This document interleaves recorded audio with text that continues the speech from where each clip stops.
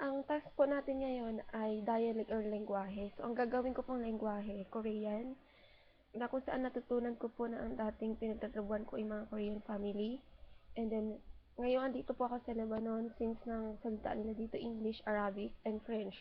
So, kumbaga, pumapasok po ako every Sunday sa French and Arabic schools na kumbaga, dahil community po ako ng Couples for Christ, so libre po ako dun. So, every Sunday po, meron akong pasok.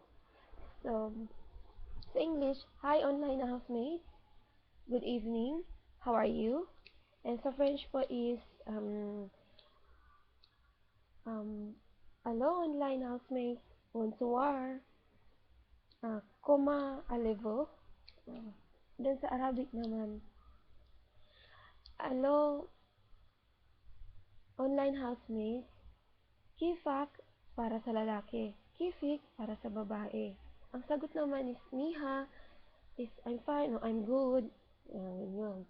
Sa Korean naman, annyeonghaseyo, hi, hello, how are you, kumusta? Yung ganun yun. And then,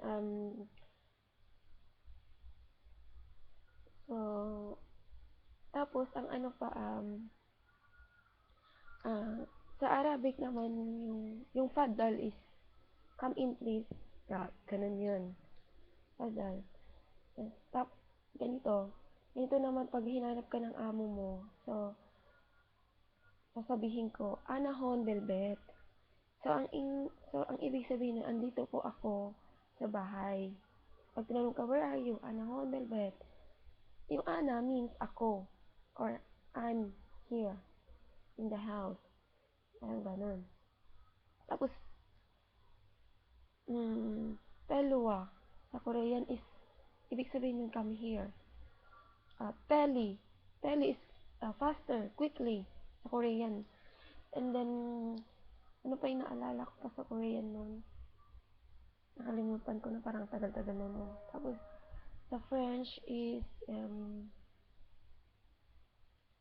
bonjour, madam. Good morning, madam. Bonjour, master.